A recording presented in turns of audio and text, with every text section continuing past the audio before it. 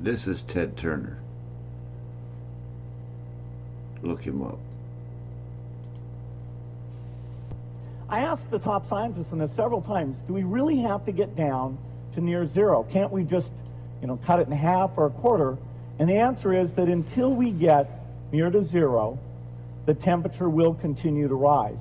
We'll have 8 degrees, we'll be 8 degrees hotter in 30 or 40 years, and basically none of the crops will grow.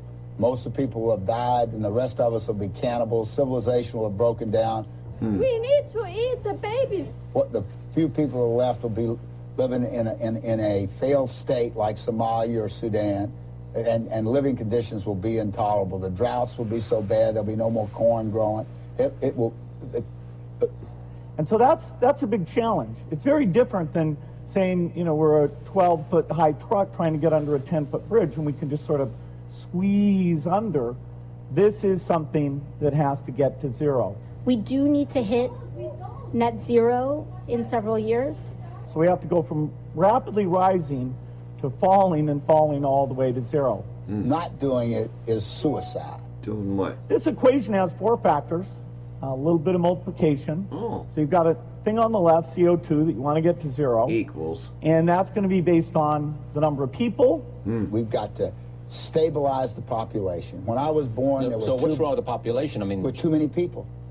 The services each person's using on average. Too much stuff. The energy on average for each service. Too many people are using too much stuff. And the CO2 being put out per unit of energy. That's why we have global warming. We have global warming because too many people are using too much stuff. So let's look at each one of these and see how we can get this down to zero. We've got to stabilize the population. Probably one of these numbers is going to have to get pretty near to zero. Now that's back from high school algebra. but If there were less people, they'd be using less stuff. Okay, so. Now Alright. So basically, you have people, services, the energy, and the CO2. So CO2, we use it to make energy. And the more energy you have, the more services you can provide. Everything runs off CO2.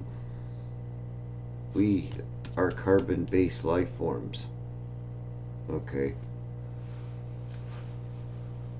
So basically, if you have more people, you need more services. You need more energy.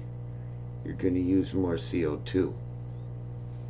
But they want to bring CO2 to near zero, is what they're saying. You bring CO2 to near zero, you're going to bring oxygen and all kind of other shit. You're going to completely transform the fucking whole ecosystem of the globe. Their target is people. They want to keep only the essentials. I've already talked about that shit.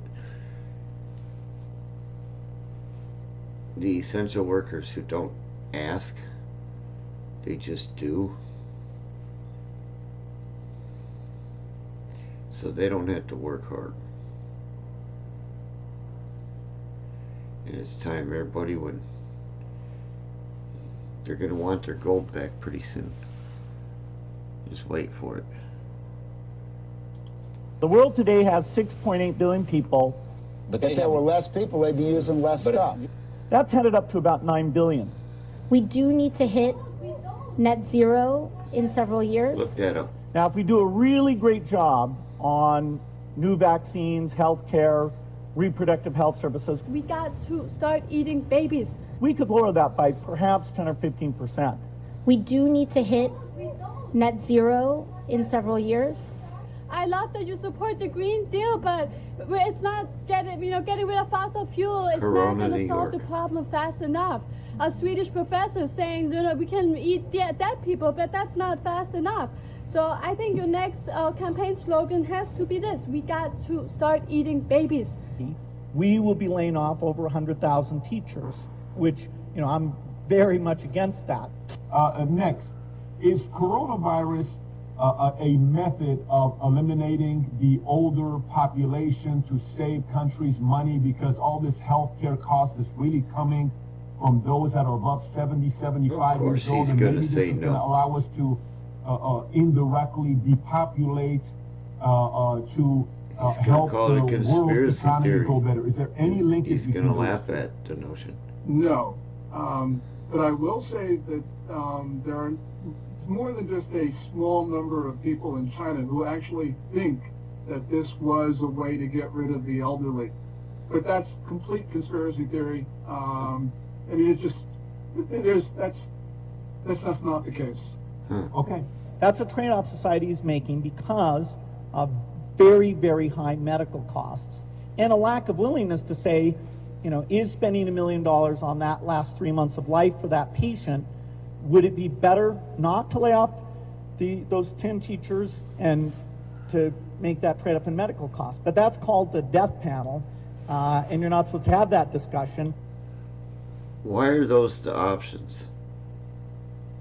Why is it that, well, if we don't just let old people die, then, you know, the non-essentials to old people, if we don't just let them die, then that's going to take money away from their children's education. You see what I'm saying? So,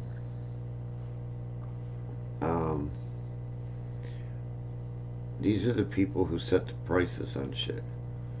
These are the people who make these decisions. Why is that the choice? That it has to be, okay, let's say healthcare, and let's not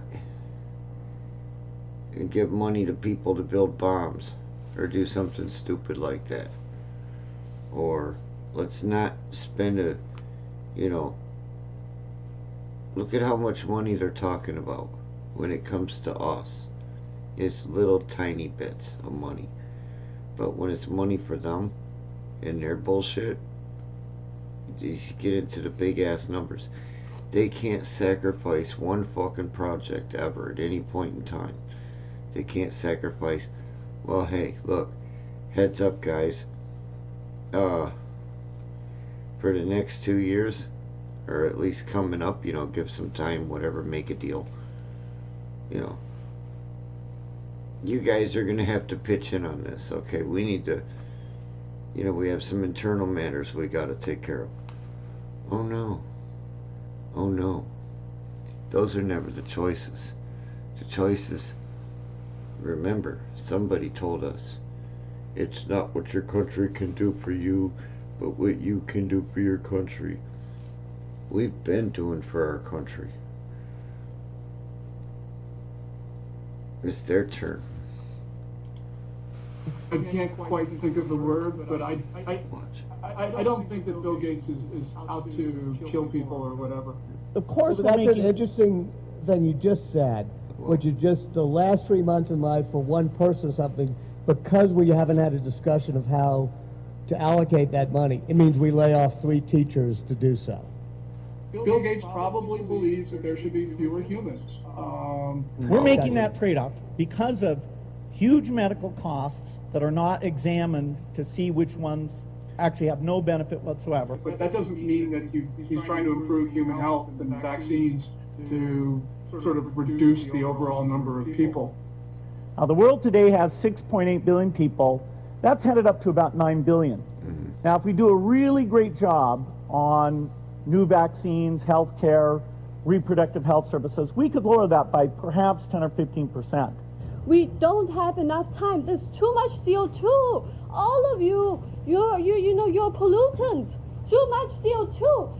It's not enough. Even if we would bomb Russia, we still have too many people, too much pollution. So we have to get rid of the babies. That's a big problem. Just stopping having babies is not enough. We need to eat the babies. One of the things that's very important to us is that we need to treat the climate crisis with the urgency that it does present. Luckily, we have more than a few months. We do need to hit net zero in several years. Yeah, what the hell is net zero?